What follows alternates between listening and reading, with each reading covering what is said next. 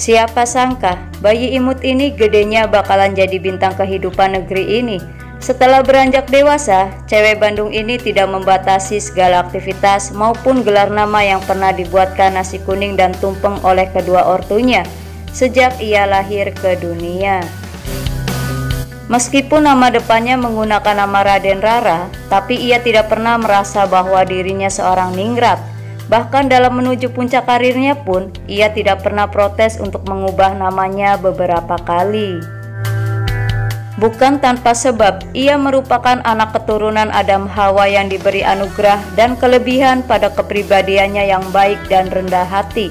Lantas benarkah Nike Ardila masih keturunan Raja Galuh? Kisah Nike Ardila yang mempunyai gelar Raden Rara namun menyukai hobi berenang ini pernah dimuat di majalah Femina tahun 1992. Seperti apa cerita lengkap dari Nike Ardila ini? Dan berikut ulasan selengkapnya.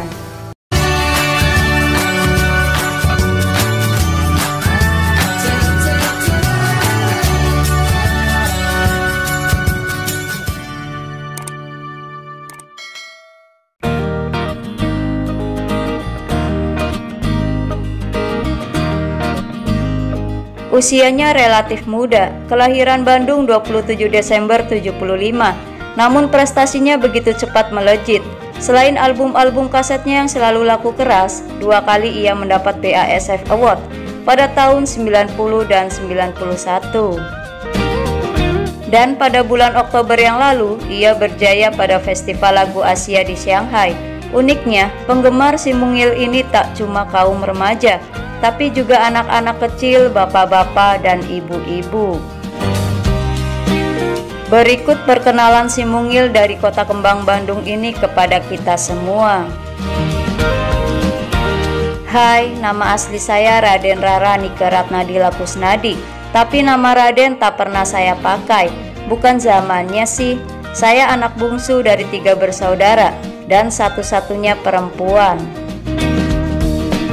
Kedua orang tua saya asli Sunda, papi saya asli Ciamis. Katanya masih keturunan Raja Galuh. Waktu kecil saya diasuh oleh Mang Udin. Dia gagu tapi sopan, baik hati dan suka mengajak saya bermain di sawah, pinggir sungai atau kolam masjid untuk mencari katak. Karena anak bungsu, saya agak dimanja oleh orang tua. Tapi kedua kakak saya tidak iri. Yang terang, saya amat dekat dengan Mami. Sejak saya di SD, Mami sering mengajak ngobrol. Belakangan, saya tahu bahwa itulah cara Mami mengajari saya untuk berani bicara. Mami pula lah yang rajin mengantarkan saya ke tempat lomba-lomba menyanyi dan sebagainya. Tapi untuk rekaman atau show, saya cukup ditemani oleh Nenden, saudara saya. Ada satu keinginan saya, yakni memberangkatkan Mami ke Tanah Suci. Syukur-syukur saya dan Papi bisa berangkat juga. Nomor 1 Mami dulu deh, sebab saya punya prinsip apa yang saya miliki sekarang adalah milik Mami. Sebagai anak bungsu, ternyata ada nggak enaknya juga. Saya sering merasa kesepian. Kedua kakak laki-laki saya sering punya acara sendiri.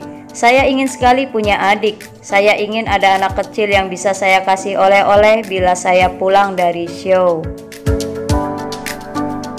Maka saya senang sekali kalau ada keponakan anak-anak bibi saya datang ke rumah. Mami kayaknya tahu akan keinginan saya ini. Beliau sering membawa anak-anak kecil ke rumah.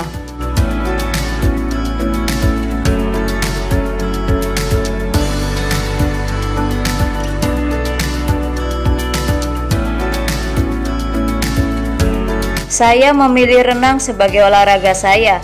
Mula-mula cuma ikut-ikutan. Setelah lulus SD, barulah saya benar-benar menyukai olahraga renang. Sebab saya mulai mengerti manfaat olahraga ini, yaitu bisa merampingkan dan meninggikan tubuh. Lagi pula biayanya relatif tidak mahal.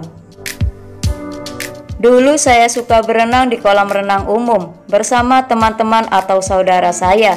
Tapi setelah saya membuat album rekaman lagu dan nama saya mulai dikenal orang, saya mengurangi berenang di tempat umum.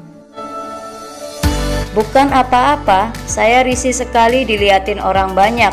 Padahal kalau saya bepergian keluar kota misalnya, seringkali keinginan saya untuk berenang tidak terbendung.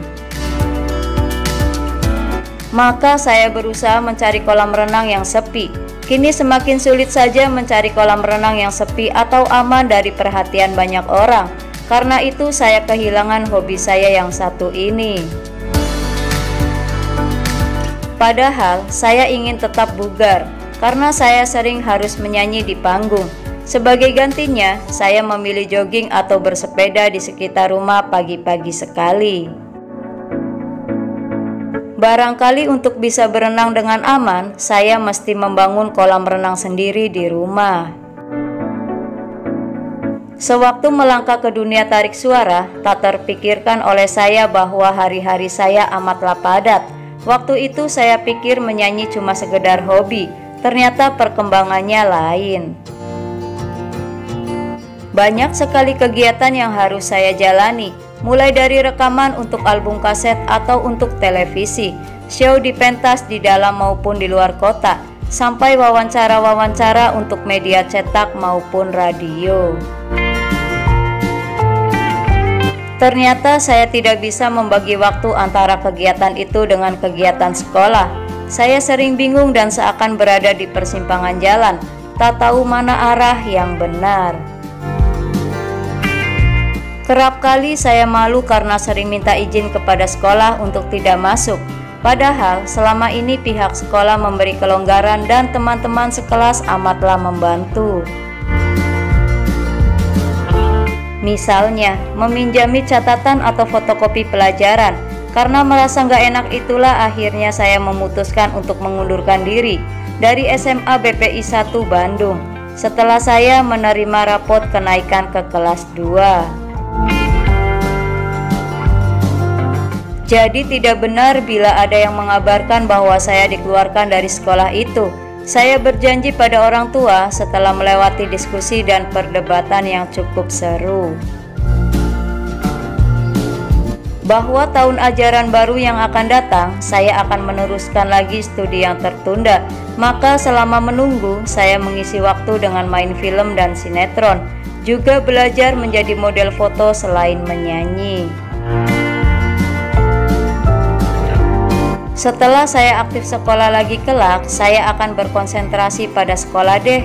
Kegiatan lain prioritas cuma 25%.